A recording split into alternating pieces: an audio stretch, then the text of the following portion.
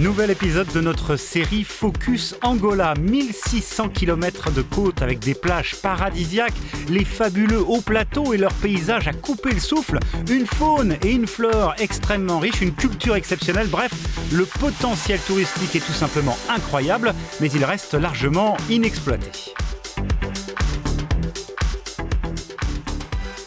Un bon exemple de ce potentiel, c'est sans doute cette région de Huila où nous sommes, dans le sud du pays. C'est l'une des 18 provinces d'Angola et on y trouve certains des plus beaux spots du pays, comme ce site incroyable de Tundavala. De nombreux investisseurs nous l'ont dit, ils sont déjà tombés sous le charme et ils l'ont affirmé également. L'Angola n'a rien à envier en matière de richesse naturelle, de beauté de paysage à ses voisins, l'Afrique du Sud, le Botswana ou la Namibie, où là en revanche le tourisme est déjà beaucoup plus développé.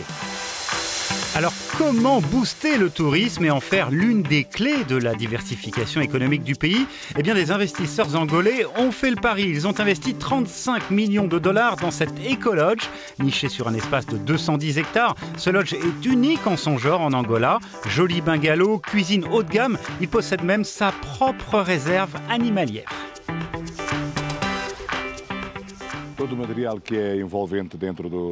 Tous les matériaux utilisés ici sont connectés à la nature, le bois, la paille, la pierre. On a essayé de créer une ambiance où les gens se sentent totalement en Afrique, mais avec un niveau de qualité d'écotourisme particulièrement élevé. Et cela fonctionne, cet hôtel est une référence en Angola. D'ailleurs, de nouveaux investissements sont prévus ici dans les mois qui viennent. Une bonne nouvelle également pour cette région, autour de Lubango, qui voilà une manière de diversifier son activité économique, historiquement basée sur l'agriculture. L'hôtel emploie aujourd'hui 120 personnes.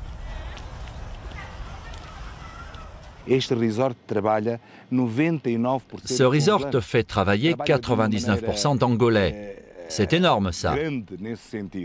Ça veut dire qu'on est capable de le faire. Ça, c'est vraiment important de le transmettre.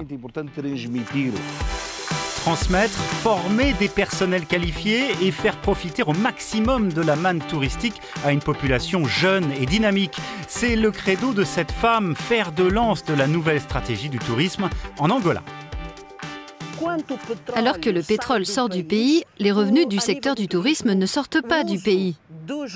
Il y a un facteur multiplicateur avec des entrées de devises, de développement grâce à ces devises.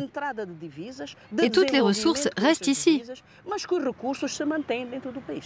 15 ans après la fin de la guerre, l'image de l'Angola est en train de changer. Une réflexion est en train de naître autour d'une véritable stratégie pour développer le tourisme, par exemple en facilitant l'obtention des visas. Maintenant, ce dont nous avons besoin, c'est de définir l'image d'une destination touristique unique. Nous devons définir quel segment touristique on veut développer en premier. Il faut le faire par étapes. On ne peut pas tout faire en même temps. Et ce travail a déjà commencé. Depuis quelques mois, la compagnie nationale a complètement revu sa stratégie. L'idée est bien entendu de faire la promotion de la destination Luanda, mais pas uniquement. Grâce à un partenariat opérationnel avec le géant Emirates, elle est en train de faire de Luanda un véritable hub.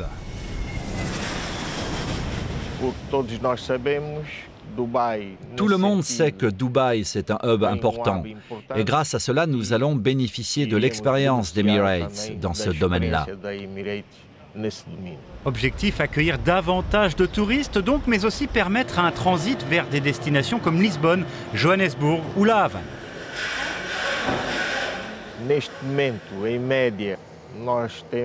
Aujourd'hui, nous avons une moyenne de 80 à 100 passagers par jour qui transitent par Luanda pour aller dans un autre pays. Et nous sommes convaincus que ce chiffre va augmenter à mesure que nous allons faire la promotion de nos services dans les marchés où nous sommes présents. Un nouveau positionnement qui a aussi permis à la compagnie de gommer 170 millions de dollars de pertes en 2016 et de retrouver l'équilibre financier. Des bases plus saines pour mettre en route le nouvel élan touristique de l'Angola.